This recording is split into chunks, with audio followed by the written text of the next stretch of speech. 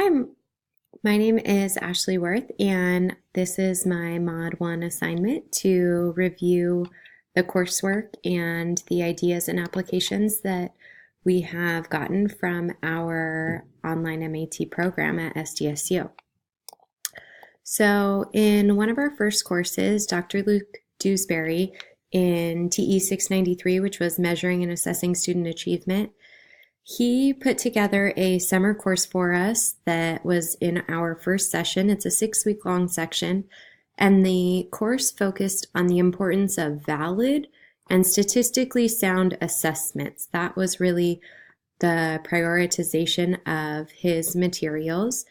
He did this by using elementary levels of math and English instruction, typically in CBMs, and allowed us to practice with those, and also discussed how assessment design is supported with a number of research-proven methodologies. So he really suggested how we should be utilizing those as educators, looking to see what is the research shown to be effective in assessment. So for the impact to me, in my opinion, I kind of had a hard time initially extracting some value for my high school students because so many of the practice materials were for lower level or elementary support. But it really did help me, particularly thinking about the multiple choice tests that I give. Am I using fair question stems? Am I giving an appropriate variation in the multiple choice options so that they are valid measures of student ability? And I think that that was ultimately very helpful. Our next course, TE 790, was a seminar about multilingual acquisition by Dr. Aquino Sterling.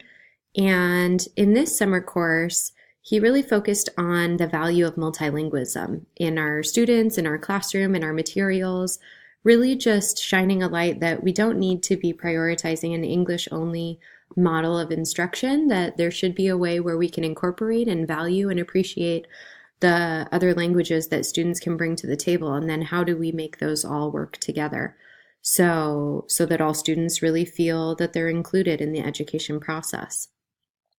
It definitely made me realize that I should be incorporating more than just English language texts in my course. I know that's a difficult concept, and honestly, I'm still wrapping my brain around it, but I do see where there can be opportunity for that. It also created more of an appreciation to me of the students that I have and the journeys that they go on with language, and maybe how we can better value that process and them as students in our rooms and how difficult that might be. In the next session in summer, we took a technology course, Advanced Teaching with Technology, with Mr. Dan McDowell, who happens to be the Director of Technology for the district that I work at, Grossmont Union High School District, and I even have his son in my class. So that was kind of fun to have him as an instructor. The ideas that he shared really followed the SAMR model and the 4 C's. Those were kind of the two dominant philosophies that grounded that course. And we used books like The Innovator's Mindset and It's Complicated to really kind of further our thinking about how we can incorporate technology and why we should incorporate technology. This class really made me see opportunities where my AVID teaching could be improved and my materials could be improved, because I have so much flexibility in that class that it really allows me between, screencasting and Flipgrid and professional learning networks. I joined Twitter, and that's been really useful actually. So those were really the takeaways for me in LDT 570. And then with Dr. Pang, we had the research-based pedagogy for diverse learners. And in this class, it was all really a focus on culturally relevant teaching. She highlighted the importance of inclusion of all cultures within our materials and our assessments, really as another way to ensure equity and access for all students.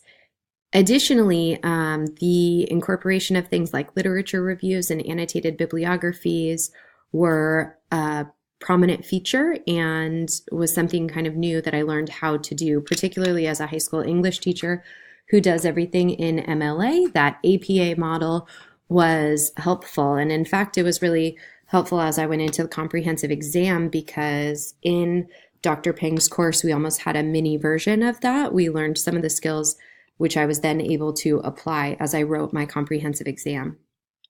I really did also appreciate that push for more diverse and inclusive curriculum so that I can better support all of my students.